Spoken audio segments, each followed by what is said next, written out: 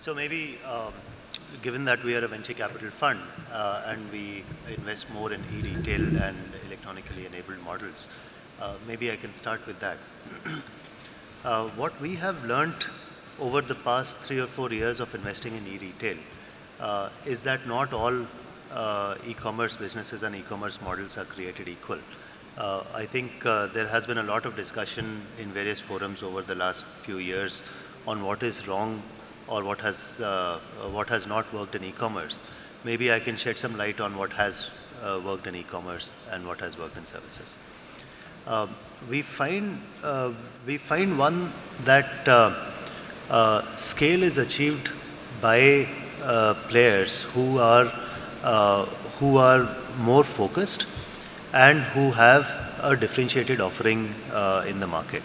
So we have found, for example, we have found categories where which are both deep and high margin in the e-commerce space, where companies have scaled very nicely. So to give you an example, we have a private label apparel brand in our portfolio, which to us has been probably the most capital efficient e-commerce business in our portfolio, because they have not had to diversify their marketing investments across multiple categories. They have not had to. They always had, of course, the benefit of higher margins to begin with, and very importantly, they had a very targeted brand proposition, which several other players in the apparel category have not been able to achieve.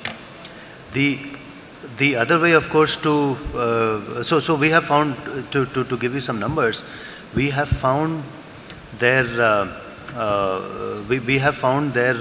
marketing investment to output ratio to be something of the order of 1:4 or 1:5, whereas for the e-commerce industry in general, that number is closer to 1:1.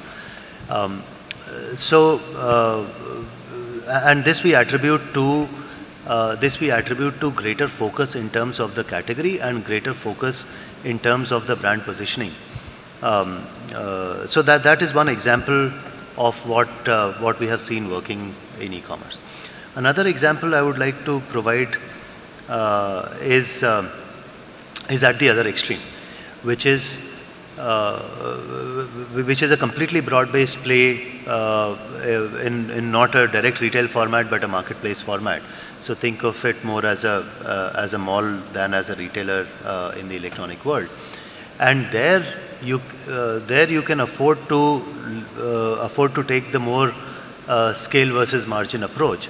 And as long as so there we have found that while the absolute margin is probably about a third of the typical margin, the scale that affords has been significantly higher, and also the capital requirements, because of not having to maintain inventory and particularly not having to do logistics themselves. The capital can go predominantly towards marketing and brand building, as opposed to towards running the operations of the business. So these two models for us have proven to be more successful than traditional e-commerce businesses.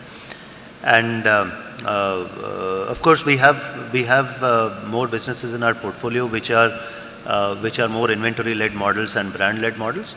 There it is yet to be seen, how large and how deep these markets are going to be.